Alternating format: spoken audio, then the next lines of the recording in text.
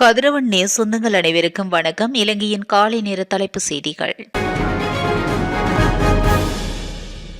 கொழும்பு மருதானை போலீசாரால் கைது செய்யப்பட்ட பெண்ணொருவர் நேற்று அதிகாலை தற்கொலை செய்து கொண்டுள்ளதாக போலீசார் தெரிவிக்கின்றனர்.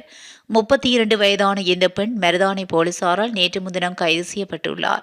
இந்நிலையில் நேற்று அதிகாலை 4 மணியளவில் போலீஸ் அறையில் தூக்கு போட்டு தற்கொலை செய்து கொண்டுள்ளார். மேலும் சம்பவம் தொடர்பில் போலீசார் விசாரணைகளை மேற்கொண்டு வருகின்றனர். தெமட்டகொட போலீசார் முச்சக்கர வண்டி சாரதியொருவரை தடுத்து வைத்து நிர்வாணப்படுத்தி சித்திரவதை செய்தமை தொடர்பில் தெமட்டகொட போலீஸ் நிலைய பொறுப்பதிகாரிக்கு கொழும்பு மேலதிக நீதவான் நீதிமன்ற சட்ட அறிவிப்பை விடுத்துள்ளது.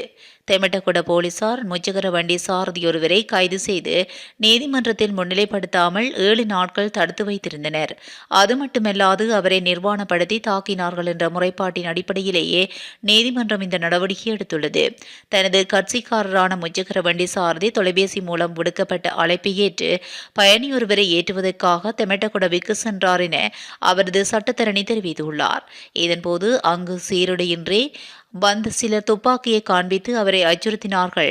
பின்னர் அவரை தெமட்டகொட போலீஸ் நிலையத்துக்கு கொண்டு சென்று குப்பையொன்றில் மீட்கப்பட்ட பெண்ணின் உடல் குறித்து விசாரணை செய்தார்கள்.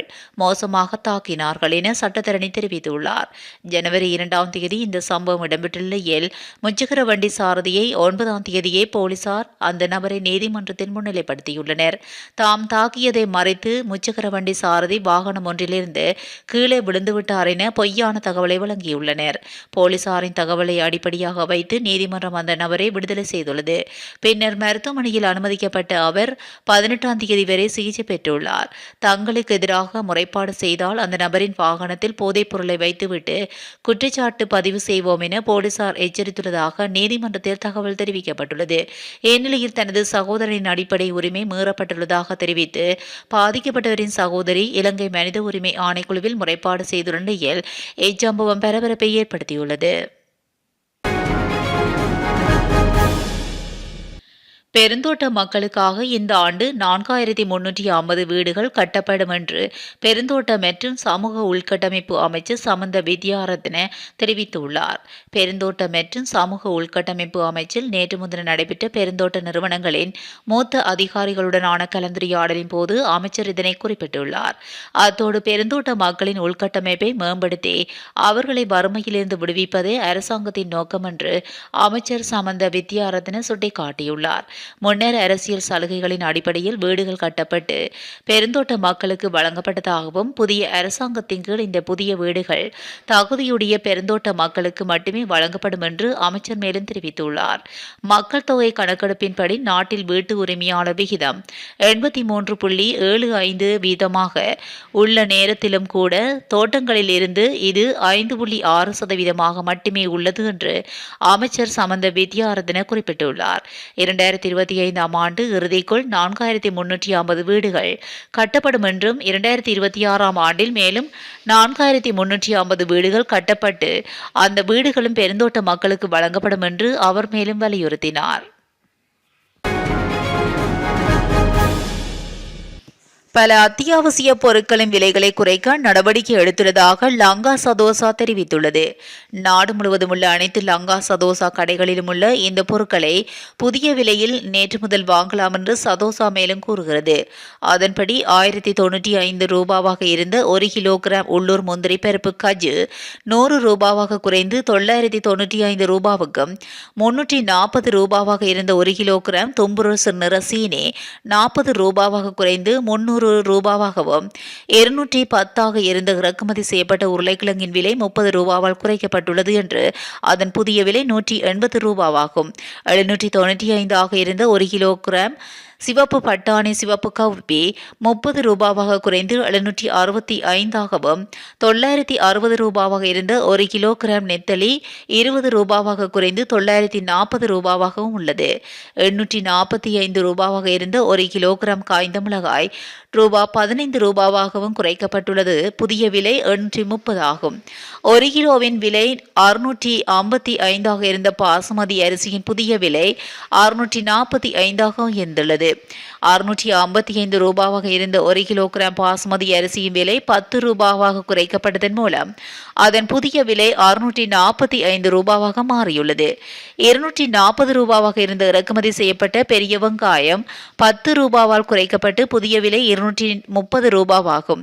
290 ரூபாவாக இருந்த 1 கிலோகிராம் பருப்பு 2 ரூபாவினால் குறைக்கப்பட்டு புதிய விலை 288 ரூபாவாகும். 242 ரூபாவாக இருந்த வெள்ளை சீனி 1 கிலோகிராம் 2 ரூபாவால் குறைக்கப்பட்டு 240 ரூபாவுக்கும் விற்பனை செய்யப்படுகிறது என தெரிவிக்கப்பட்டுள்ளது.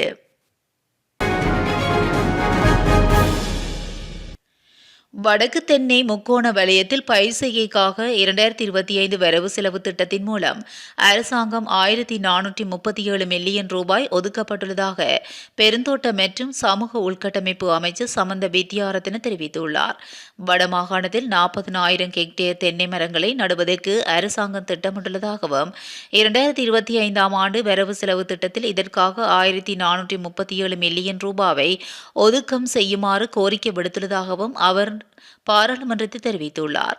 நாட்டில் 5 ஹெக்டேருக்கும் குறைவான தென்னை தோட்டங்களுக்கு இலவச உரம் வழங்கவும் அரசாங்கம் முடிவு செய்துள்ளதாக வாய்மூல விடைக்கான கேள்வி நேரத்தின் போது அவர் தெரிவித்துள்ளார்.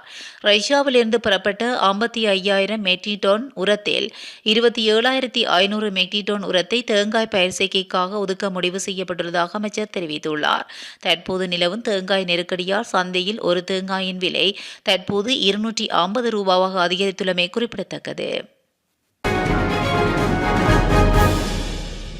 யாழ்ப்பாணத்தில் இடம்பெறும் சட்ட விரோத கடத்தொழில் நடவடிக்கைகளுக்கு எதிராக சட்ட நடவடிக்கை மேற்கொள்ளப்பட்டு வருகிறது.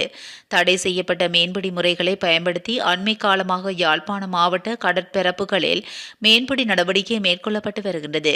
இதன் காரணமாக மீன் வளம் குறைந்து இலங்கையின் கடல் வளம் அழிவடையும் பாதகமான நிலை உருவாகுவதனால் சட்டவிரோத மீன்பிடி நடவடிக்கையில் ஈடுபடுவோரை கைது செய்ய நடவடிக்கை முன்னெடுக்கப்பட்டு வருகிறது. இதன்போது கடற்படை, ராணுவம், விமானப்படை, காவல்துறை, விசேட அதிரடிப்படையினர் மூலம் இவ்வாறான தொழில்களை செய்பவர்களை கைது செய்து நீதிமன்றத்தில் நிறுத்தி சட்ட நடவடிக்கை மேற்கொள்ளப்பட உள்ளதாக தெரிவிக்கப்படுகிறது. இந்த நிலையில் இதுகுறித்து தத்தமது கடத்தொழிலாளர்களுக்கு தெரியப்படுத்துமாறு வடமராட்சி கிழக்கு கடத்தொழில் சங்கங்களுக்கு நீரியல் வளத்துறை திணைக்கள அதிகாரிகள் கடிதம் மூலம் அறிவித்தல் விடுக்கப்பட்டுள்ளது. அடுத்த 3 மாதங்களில் $200 மில்லியன் மதிப்புள்ள 3 பெரிய திட்டங்களுக்கு நிதியளிக்க உலக வங்கி திட்டமிட்டுள்ளதாக தெரிவிக்கப்படுகிறது. உலக வங்கியின் தெற்காசியாவுக்கான துணை தவிசாளர் மார்டின் ரைசர் இலங்கைக்கான தனது 2 நாள் பயணத்தை நேற்று முடித்துக் கொண்டார். இலங்கைக்கு 2 நாள் விஜயம் மேற்கொண்ட அவர் ஜனாதிபதி அனுரகுமார திசாநாயக்க, பிரதமர் கரணி அமரசூரிய மற்றும் பிற அரசு அதிகாரிகள், தனியார் முதலீட்டாளர்கள் மற்றும் மேம்பாட்டு பங்காளிகளை சந்தித்து இலங்கையின் பொருளாதார மீட்சி மற்றும் நீண்டகால வளர்ச்சிக்கான நாட்டின் தொடர்ச்சியான முயற்சிகள் குறித்து கலந்துரையாடல்களை நடத்தியுள்ளனர். மேலும் ட்ரைசரின் வருகையின் போது அரசாங்கத்தின் திட்டங்களான வறுமை ஒழிப்பு, டிஜிட்டல் மேம்பாடு மற்றும் கிளீன் ஸ்ரீலங்கா ஆகியவற்றிலும் கவனம் செலுத்தப்பட்டுள்ளது. இந்த நிலையில் அடுத்த 3 மாதங்களில் $200 மில்லியன் மதிப்புள்ள 3 பெரிய திட்டங்களுக்கு நிதியளிக்க உலக வங்கி திட்டமிட்டு மீண்டும் தனது ஆதரவை உறுதிப்படுத்தியுள்ளதாக தெரிவிக்கப்படுகிறது. இதன்படி குறித்த திட்டங்கள் கிராமப்புற மேம்பாடு மற்றும் கல்விக்கு ஆதரவு தெரிவிக்கும் வகையிலும் புதுப்பிக்கத்தக்க எரிசக்தியில் தனியார் முதலீட்டை ஏற்கும் வசதியை ஏற்படுத்தும் நோக்கிலும் முன்னெடுக்கப்பட உள்ளது. 2025 ஜனவரி மாதத்துக்கான அஸ்வசும கொடுப்பனவுகள் நேற்று பயனாளிகளின் வங்கிக் கணக்குகளில் வரவு வைக்கப்படும் என தெரிவிக்கப்பட்டுள்ளது. குறித்த விடயத்தை நலன்புரி நன்மைகள் சபையின் தவிசாளர் ஜெயந்த விஜயசேகர தெரிவித்துள்ளார்.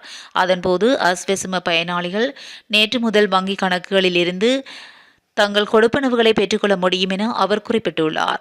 இதன்படி குறைந்த வருமானம் கொண்ட குடும்பங்களை அடையாளம் கண்டு விண்ணப்பங்கள் கோரி அஸ்வசும கொடுப்பனவுகள் வழங்கப்பட்டு வருகின்றமை குறிப்பிடத்தக்கது. வவுனியாவில் பெய்து வரும் கனமழை காரணமாக குடிவரவு குடியகல்வு திணைக்களத்தின் பிராந்திய அலுவலகம் வெள்ளத்தில் மூழ்கியதனால் அதன் செயற்பாடுகள் பாதிப்படைந்துள்ளன. வவுனியாவில் கடந்த சில நாட்களாக மழை பெய்து வந்த நிலையில் நேற்று காலை முதல் கனமழை பெய்து வருகிறது. இதன் காரணமாக வெள்ள நீர் காரணமாக வவுனியா குடிவரவு குடியகல்வு பிராந்திய அலுவலகத்திற்குள் வெள்ள நீர் புகுந்து வெள்ளக்காடாக காட்சியளிக்கிறது. இதனால் கடவுச்சீட்டு விநியோக செயற்பாடுகள் பாதிப்படைந்துள்ளதுடன் அலுவலகத்தில் கடமையாற்றுவோர் வெள்ளத்திற்குள் நின்று தமது செயற்பாடுகளை நடவடிக்கைகளை முன்னெடுக்க வேண்டிய நிலையும் ஏற்பட்டுள்ளது. இதனையடுத்து குறித்த நீரை வெளியேற்றுவதற்கு அலுவலக உத்தியோகத்தர்கள் நடவடிக்கை எடுத்து வருகின்றனர்.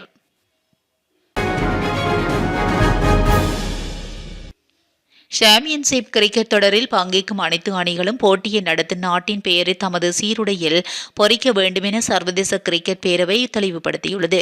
பாகிஸ்தானின் பெயர் அச்சிடப்பட்ட சீருடையை அணிவதற்கு இந்திய கிரிக்கெட் கட்டுப்பாட்டு சபை ஆட்சேபனை தெரிவித்ததாக தகவல் வெளியாகிய நிலையில் குறித்த அறிவிப்பு வெளியாகியுள்ளது. 8 அணிகள் பங்கேற்கும் சாம்பியன்ஷிப் கிரிக்கெட் தொடர் அடுத்த மாதம் 19ஆம் தேதி ஆரம்பமாகிறது.